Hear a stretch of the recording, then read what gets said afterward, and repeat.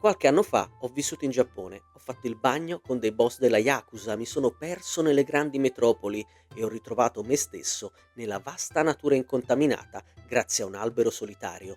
Ti racconterò di usanze e luoghi di cui forse hai già sentito parlare e altri che forse non hai mai sentito nominare.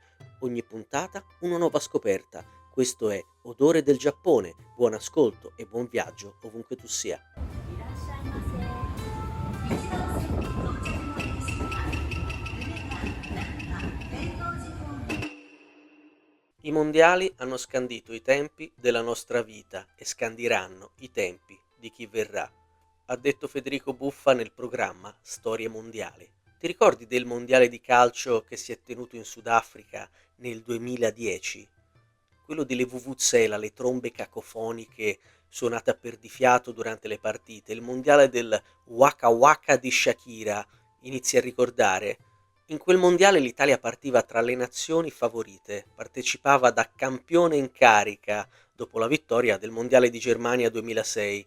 Non ti ricordi del mondiale di calcio 2010? Perché l'Italia non riuscì a qualificarsi per la fase eliminazione diretta. Arrivò ultima nel girone F, pareggiando 1-1 contro Paraguay e Nuova Zelanda e perdendo clamorosamente 3-2 contro la Slovacchia. Ti starei chiedendo, ma tutto questo cosa c'entra con il Giappone? C'entra e come se nel 2010, durante il mondiale, ti trovi in Giappone, come è successo a me, e prima della disfatta italiana vieni osannato come quello la cui nazionale detiene il titolo mondiale.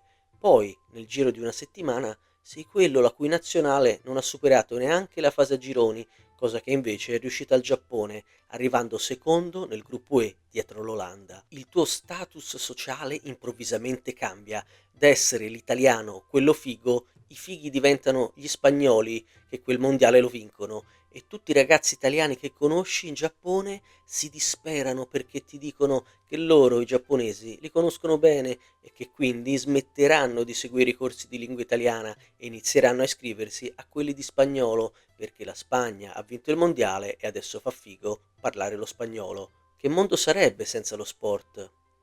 Che Giappone sarebbe senza lo sport? Lo sport è fondamentale nella cultura giapponese, è disciplina, ordine, crea coesione e allo stesso tempo favorisce lo spirito competitivo, ma soprattutto educa ad avere qualcuno al di sopra di te che ti dice cosa e come farlo. Fin da bambini, a scuola, lo sport è essenziale.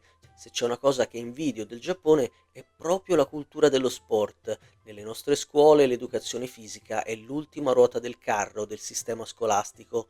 Nelle scuole giapponesi fino all'università, proprio come negli Stati Uniti, dopo le lezioni ci sono i club sportivi, pallavolo, calcio, basket, baseball, atletica, arti marziali e anche il football americano. Va così tanto il football americano che nella metro di Tokyo ho trovato la pubblicità di un'università che per promuoversi usa proprio l'immagine della sua squadra di football. La particolarità delle squadre di football americano delle università giapponesi è che alcune sono composte sia da studenti che da lavoratori. Ad esempio, la squadra che si allena nel campus dell'università di Maebashi, i Gunma Stallion, è composta sia da giovani e atletici studenti che da panciuti uomini che di giorno si dedicano al loro lavoro, ma la sera indossano casco e armatura e si vanno ad allenare con ragazzi con la metà dei loro anni ma anche la metà del loro peso, che nel football fa una bella differenza. Fui invitato ad assistere a un loro allenamento perché un mio vicino di casa era uno studente universitario che giocava nella squadra. Mi colpì la disciplina e la grande motivazione. A mia insaputa mi ero trovato dentro un episodio di un anime. Gli allenatori erano dei signori anziani, ma anche delle giovanissime studentesse che incitavano e aiutavano la squadra portando acqua, porgendo degli asciugamani e dando anche indicazioni di tipo tecnico, proprio come in serie animate sportive, ai Shildon Iju Samba, dedicata proprio al football americano, o alla più nota e spassosa Slam Dunk, dedicata al basket. L'atmosfera, i gesti, i suoni, in quel momento ero effettivamente dentro un anime. Dove ti giri in Giappone, se osservi bene, trovi sempre qualcosa che faccia riferimento allo sport. Accendi la televisione al mattino e trovi subito il canale che ti fa vedere gli esercizi da fare a corpo libero appena sveglio. Come se non bastasse, nelle aziende, negli uffici, i dipendenti prima di iniziare il lavoro devono svolgere tutti insieme questa breve routine di ginnastica funzionale sotto le attente istruzioni del capo ufficio. E la sera, se accendi la TV, prima di coricarti, trovi un tutorial che ti mostra degli esercizi per allungarti e rilassarti, per conciliare il sonno. Per non parlare dei campi d'esercitazione per il golf che incredibilmente spuntano nei luoghi più improbabili delle città, sui tetti, in mezzo ai parcheggi dei centri commerciali, riconoscibili dalle enormi e dalle alte reti che li circondano, in cui ad ogni ora del giorno puoi trovare qualcuno che sfoga la sua frustrazione colpendo palline a ripetizione come se non ci fosse un domani. Ma qual è il luogo che accomuna tutti gli sportivi del mondo? La palestra. All'interno di un palazzetto dello sport a Maebashi, per 200 yen a ingresso, mi sono potuto allenare in una palestra molto particolare.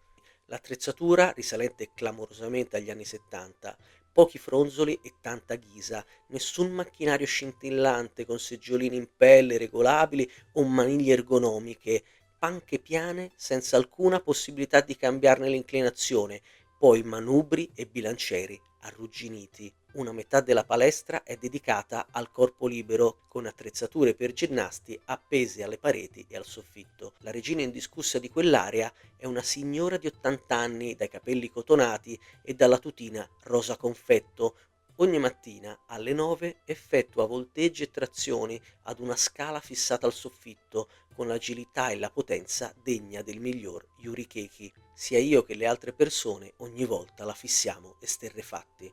Non una smorfia di dolore, nessun segnale di cedimento. Effettua la sua routine di circa 40 minuti, poi se ne va, lasciandoci sempre tutti a bocca aperta. Il re indiscusso dell'area pesi invece è un signore di circa 70 anni, dal volto sempre sorridente, anche se segnato dall'età, ma dal fisico sbalorditivo, un fascio di muscoli senza un filo di grasso corporeo, quasi certamente un ex ginnasta, con il quale, con il passare del tempo, sono entrato in confidenza comunicando prevalentemente a gesti, tanto che un giorno prova a spiegarmi i nomi delle 3 montagne che circondano la città di Maebashi, Akagi, Haruna, Mihoji, che si possono ammirare dalla vista mozzafiato che si gode dalle ampie finestre della palestra, tenute rigorosamente spalancate in estate, aria condizionata non pervenuta per la gioia di Denis Lazzarin. Un giorno, mentre ci alterniamo allo squat, il sensei incredibilmente richiama l'attenzione di altre persone presenti in palestra, mostrando loro con fierezza che avendo io un trapezio molto sviluppato, sono avvantaggiato a fare lo squat, potendovi poggiare più agevolmente il bilanciere. Non posso dimenticare il gruppo di persone che, radunatosi intorno a noi, iniziò a ascoltare le parole del sensei, rispondendo alle sue spiegazioni con espressioni di stupore come «Omoshiroi ne? Su desu ne? Sugoi ne?»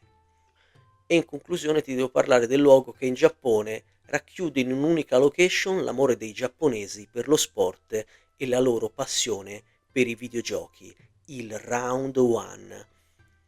La Round One è una catena commerciale presente in tutto il Giappone in cui in un unico complesso a più piani puoi trovare un piano dedicato ai videogiochi, piste per minimoto, tori meccanici, altri piani con campi da calcetto, basket, pallavolo, aree dove tirare con l'arco, giocare a baseball, eccetera.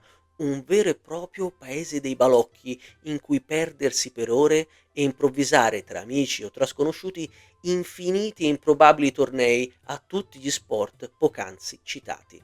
Mi ricordo di una leggendaria partita a pallavolo 3 contro 3 in cui noi italiani, giocando contro degli sconosciuti, abbiamo avuto la nostra riscossa sportiva dopo la disfatta del mondiale di calcio del 2010.